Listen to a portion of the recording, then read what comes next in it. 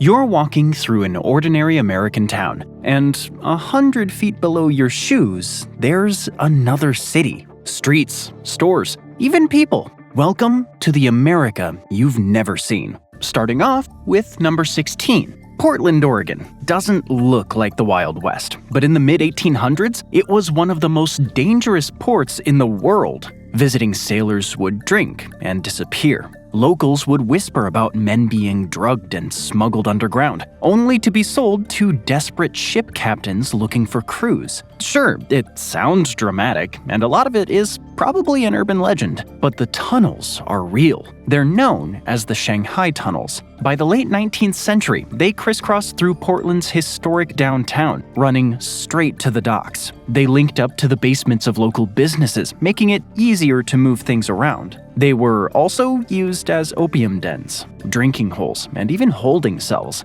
Today, most of the tunnels are sealed off, but a few bars in old Chinatown still have access. Some visitors say they can still hear metallic sounds echoing through the chambers, pipes, a vivid imagination, or Portland's unburied past. But not every underground city started as a secret. Some were created when a city above simply disappeared. Number 15. Seattle didn't plan an underground city, it just burned into one. On June 6, 1889, a glue pot tipped over in a paint shop. By the next morning, the entire business district, 4 wharves, and the railroad terminals were reduced to smoldering ash. No one died, and the city turned the tragedy into a boom. Seattle built bigger and stronger.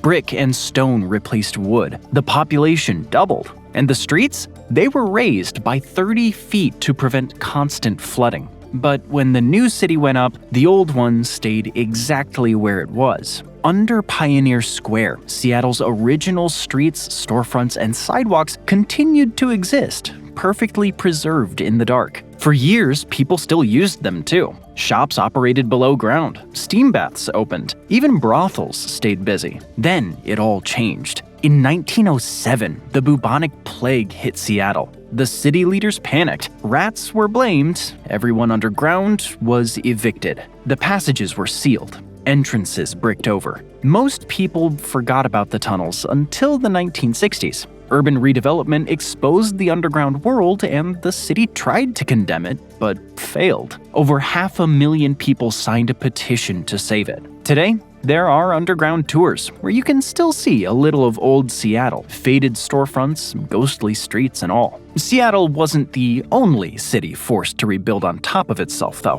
Number 14. Sacramento is the opposite of Seattle. It didn't burn, it drowned. In the winter of 1861 to 62, warm rain melted the Sierra Madre snow. All that water came rushing down and had nowhere to go, except Sacramento.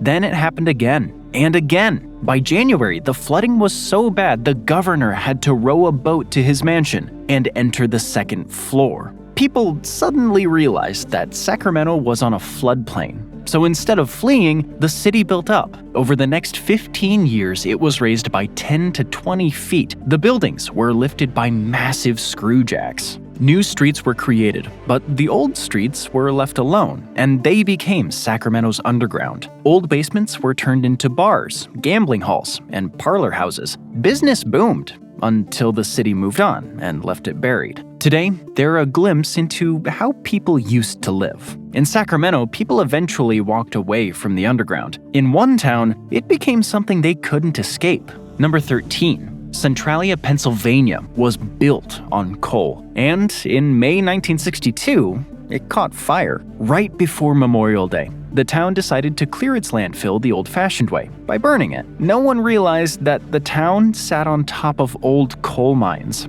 Pretty soon, the fire ignited a coal seam and turned into an inferno. At first, it seemed like the city had the blaze under control, then smoke seeped out of the ground. The air became toxic. Carbon monoxide filled basements. People started to leave. Slowly at first. Some residents tried to hold on. In 1983, a 12-year-old boy almost died after falling into a sinkhole filled with toxic gas. That was the end. The federal government stepped in, bought the town for $42 million, and condemned nearly every building. residents were evacuated. Legal battles dragged on for decades while the fire kept burning underneath the streets. Today, only 5 people remain. The town's zip code was revoked in 2002, and the fire is expected to burn for another 250 years. And if you like these map dives, make sure to hit that subscribe button because, well, my career path has gone fully subterranean. Anyway, not all underground spaces are accidents. Some are built deliberately to stay out of sight. Number 12. When Prohibition hit Los Angeles, the city didn't go dry. It went underground. Beneath the streets of LA, tunnels spanned 11 miles, linking bars, basements, and speakeasies. By day, places like King Eddie's Saloon were respectable piano businesses. By night, it was a thriving hotspot deep below the City of Angels. Prohibition ended in 1933, but the tunnels still served a purpose. For celebrities. Hollywood was exploding, and so were cameras. Some of LA's most notorious hotspots used the tunnels so stars could avoid the paparazzi. The Cecil Hotel had one leading to the Players Club, a favorite haunt of Howard Hughes and other A-listers. The hotel closed and the tunnel became an urban legend until 2012. Workers doing renovations on the building stumbled on the tunnel. And now, things start to get serious. Number 11. Boston is synonymous with Revolution legends. So naturally, there are rumors about tunnels under the city. Soldiers moving beneath the feet of the English, George Washington slipping away unseen. But most of that is exaggerated. Boston isn't built for tunnels. The water table is high. Large parts of the city sit on landfill. Dig too far, and the ground turns soft, unstable, dangerous. But that doesn't mean there's nothing hiding down there. Most entrances are sealed now, which is exactly why Boston's underground still breeds rumors. The best hiding places are the ones you can't really verify. There is a legend that in the city's north end, tunnels proved useful during Prohibition. Bootleggers smuggled illegal alcohol through them, staying one step ahead of the feds. Today, construction work has sealed off most of the tunnels. Whatever is left remains inaccessible, undocumented, and easy to exaggerate. But Boston isn't the only city with something hiding below it. Number 10, New York. Might be the city that never sleeps, but there's a lot of things hiding in plain sight. The Waldorf Astoria might be over 90 years old, but it's still a symbol of old-school luxury. But despite being one of the most famous buildings in the city, it's got a secret: Track 61. It's part of the New York rail system built in the 1910s, connecting to Grand Central Terminal. But the track was never designed for passengers. Instead, it was part of a power station designed to carry ash and debris. And it would have been forgotten entirely if it wasn't for Franklin D. Roosevelt's visit in 1944. The president used it to store his things, not to hide his polio, like the rumors suggested. After that, Track 61 became a legend. Fashion shows were held there. Acclaimed artist Andy Warhol used it to throw a party in 1965. And after the 9/11 terror attacks, officials considered it as an escape route for UN delegates. Maintenance crews still keep it running, but it's strictly off-limits. Thousands of people walk over it every single day without realizing it's there. Not every underground space was hidden or illegal. Some were designed to be permanent. Number 9. Not every underground city was used for illegal activities. Kansas City went subterranean on purpose. The world's largest underground business complex is there. Buried 160 feet below in the bluffs north of the Missouri River, you'll find Subtropolis. Developers carved 55 million square feet out of a limestone mine. There's even 10.5 miles of paved, lit roads. But why? Because of the naturally stable environment and pleasant temperatures of 65 to 70 degrees Fahrenheit all year round. No bad weather, no heat waves, no tornadoes. Warehouses moved in, so did manufacturers, offices, even a post office. More than 55 companies operate down there today. Proof that going underground doesn't always mean evil lair.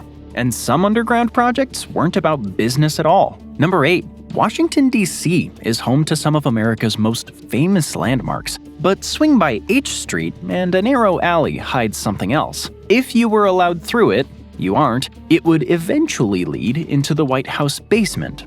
During the Civil War, General Winfield Scott feared the Capitol could fall. He wanted a last-stand location and chose the Treasury Building. Solid granite, defensible, and underground. That attack never came, but the idea survived. During World War II, the White House looked vulnerable to air attack. A tunnel was hastily dug, 761 feet long, connecting the White House basement to the Treasury Annex. Inside was a vault stocked with food, furniture, and supplies. Presidents used it, sometimes for safety, sometimes to avoid anti-war protesters, and the president's men used it to sneak their mistresses. Then the Cold War changed everything. A deeper bunker was built beneath the White House itself, the Presidential Emergency Operations Center, designed to keep the US government functioning after a nuclear strike. And Washington isn't done. Number 7.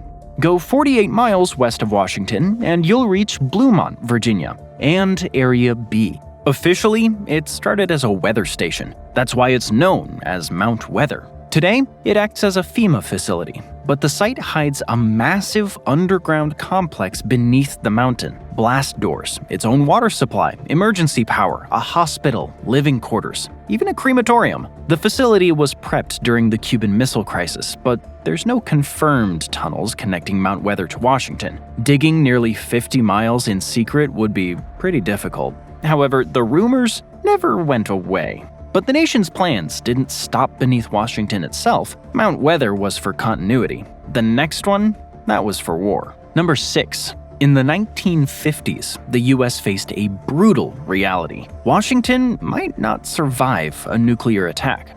So, a second Pentagon was carved into the Blue Ridge Mountains in Pennsylvania. In 1953, Site R was completed, at a cost of around several $billion in today's money. Inside are power plants, water reservoirs, food storage, command rooms, even a bar.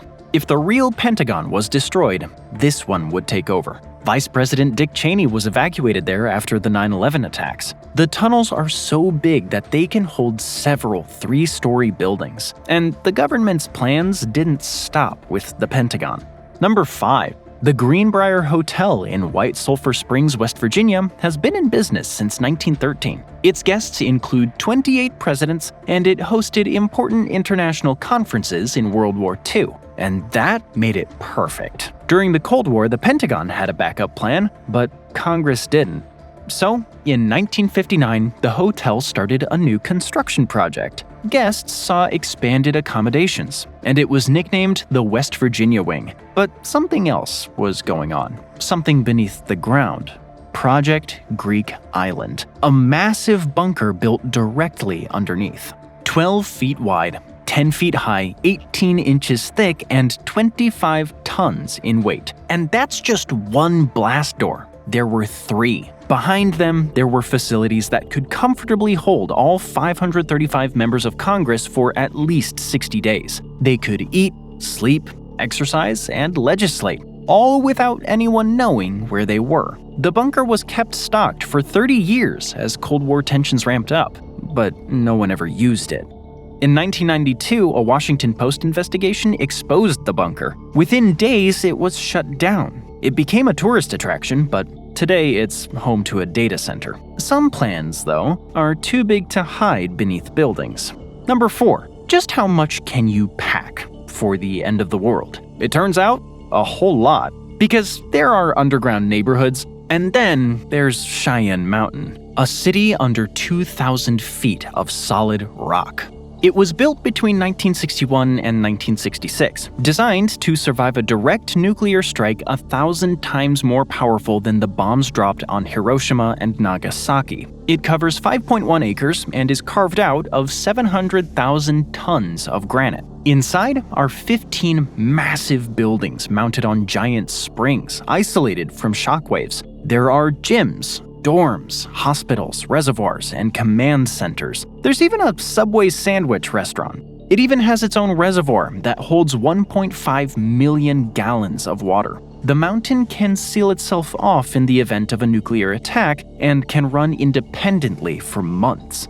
But not every underground refuge was meant for officials. Number 3. During the Cuban Missile Crisis, not every shelter was meant for lawmakers or generals. One plan focused on the safety of American citizens. The Grand Canyon Caverns Underground Suite, or the Grand Canyon Bunker. President Kennedy wanted the Grand Canyon caverns to be converted into a fallout shelter. Food and water were moved 220 feet underground to support at least 2,000 people. Today, the Grand Canyon Caverns Hotel has turned it into a suite, one that costs $1,000 a night. It's transformed over the years, though. The suite has all the amenities you could want: TV, music, double beds, even a library. The food supplies ordered by JFK are still there. The dry climate inside the caverns keeps things fresh. And one underground space wasn't built for survival at all, but for what comes after. Number 2. In the 1970s, Gerard B. Henderson, director at cosmetic company Avon,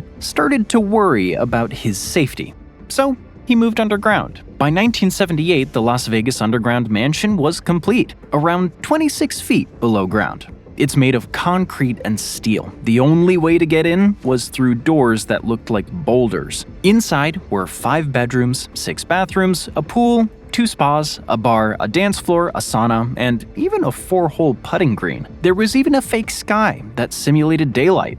Today, the underground layer still exists, buried under another house. Its owners, the Stasis Foundation, bought it for $1.15 million in 2014. Talk is, they'll turn it into a museum. And finally, number 1. There's one underground area in America that wasn't built for survival. It was built for memories. In 1940, the president of Oglethorpe University, Thornwell Jacobs, had an idea. Today's society should preserve its treasures, just like the ancient Egyptians did. Hidden deep in the university's Phoebe Hearst Hall is a crypt of civilization, 20 feet long, 10 feet wide by 10 feet high. Carved out of solid bedrock, deep under granite. The room's airtight, reinforced, and untouched.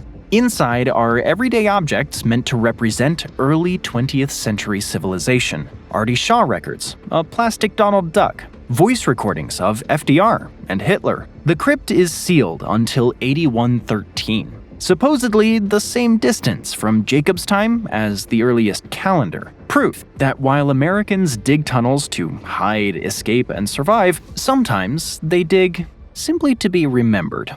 Thanks for joining me today. I hope you enjoyed the video, and if you want to see more videos like this, then please consider subscribing and turn on notifications. It really does make a difference. Thanks again, and I'll see you next time on MatPack.